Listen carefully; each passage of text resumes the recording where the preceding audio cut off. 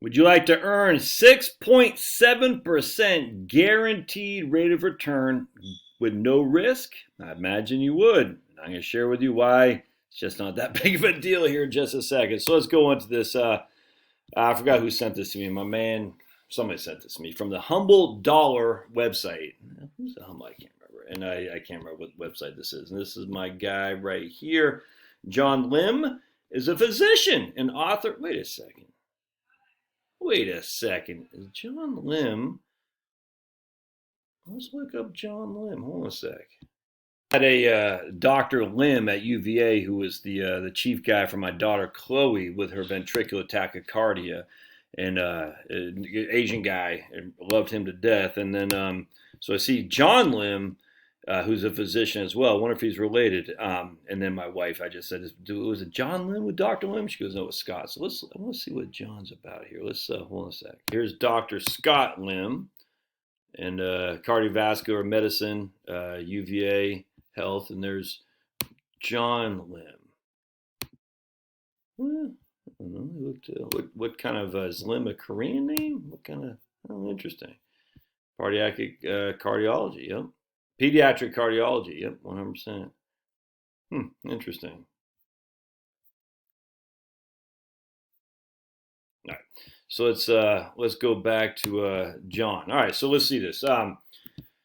How would you like to earn a guaranteed 6.7% on your money without taking any risk? Although it sounds too good to be true, that's exactly the opportunity that would be offered November 1 through I-bonds. All right, the I-bonds are 30-year bonds issued by the U.S. Treasury, which are available to anyone who opens a Treasury Direct account. So Treasury Direct looks pretty easy to do. Individuals log in, learn about it, find the value of your bonds, blah, blah, blah. Search for matured bonds, Treasury Hunt. That's pretty cool. So, look, I think it's fantastic. All right, the yield on I-bonds is the sum of two components, a fixed rate and an inflation rate. The fixed rate is set at the time of purchase and remains fixed for the life of the bond. It's currently 0%, so you can effectively ignore it. The inflation rate component of the yield adjusts twice a year, in May and November. The semi-annual inflation rate for I-bonds currently being sold is 1.77. This determines the interest rate earned over the next 6 months. Double it, and you'll get the bond's average APR, which would be 3.54. Well, that's not bad. The new rate in November, all but guaranteed to be much higher. My guess is the new I-bonds will carry yields around 6.7%, but possibly as high as 7.8. All right, so we're just going to go with 6.7 just for simplicity, and you can read the rest of this article. I think it's a great article, actually. However, what's the drawback about them? There's an annual limit of $10,000 per individual. That means a married couple Charlotte and I can buy $20,000. All right, so an annual limit of $20,000. Now, if we have two children, we could buy $40,000, but the problem is an irrevocable gift. It's kind of like a custodial account, a U.S. UPMA account, or an UGMA account. So we don't really own it, and our kids actually own it. Anyway, at the end of the day, it's just, I don't necessarily recommend doing that. I mean, you could. I got no qualm with that. But for giggles here, it's going to say you and your spouse got $20,000. $20,000 bucks. That's the max you can put in. Nothing wrong with that, my friends. I think it's a great account for sure.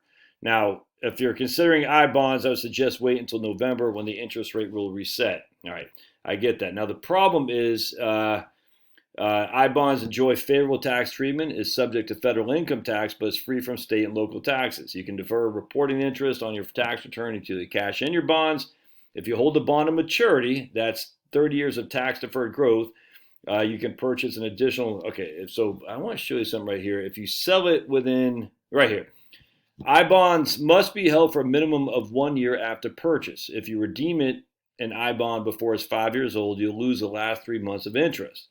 So if you assuming a 6.67% interest rate, selling early would reduce your return for the final 12 months to 5%. So, all right, what's going on here? So you got to hold it for 5 years, which is still a freaking awesome investment, 100%. All right, so I'm just going to sound like I'm discounting this. I am, but I'll show you why in just a second. So you got $20,000 in there. What's up, baby cakes? You're getting 6.6% a year guaranteed. And as long as you hold it for 5 years, you don't lose any interest. And it's tax-free to the states. You still got to pay federal income tax. But anyway, we'll just say at the end of the year, you got $20,000 in there. You're getting 6.7% interest, most likely. That's $1,340 a year in interest. Nothing wrong with that. Nothing wrong with that. Divide that by 12, and that will be $111 a month in interest. The problem is that's all you're getting, if that makes sense. And the way I look at it, I think people get way too caught up in the actual rates and not caught up enough in the totality of what they're getting. So, for instance, if I'm getting $111 a month, that's great. But if I could get, instead of 3 point, what was he saying? He's saying 6.7. What if instead I could get 3.4? All right, so we're getting 3.4 instead of 6.7, roughly, about half. All right, so I'm getting $55 a month as opposed to 111. 55 times 12, that's $660 a year. Is it worth $660 a year, in my opinion, for the hassle of having these accounts all over the place? I just don't think it is. And this is why when I was at the bank, all these people do these CD shopping. It's like, oh. So, grandma come in, she literally like Banker's Row. She'd go from bank A to bank B to bank C, say, what's got the best rate? And you're like, all right, grandma, you got a $50,000 CD. We're paying 3.5, they're paying 3.25. She go, I'm going to 3.5 one. All right, so 3.5, 50,000 times 3.5%. So you gave her $1,750. All right, in interest, $1,750. 50,000 times 3.25% would give her $1,625. So of all the labor went into it, opening the new account, talking to the banker, she's going to get an extra $125 over the course of a year of interest.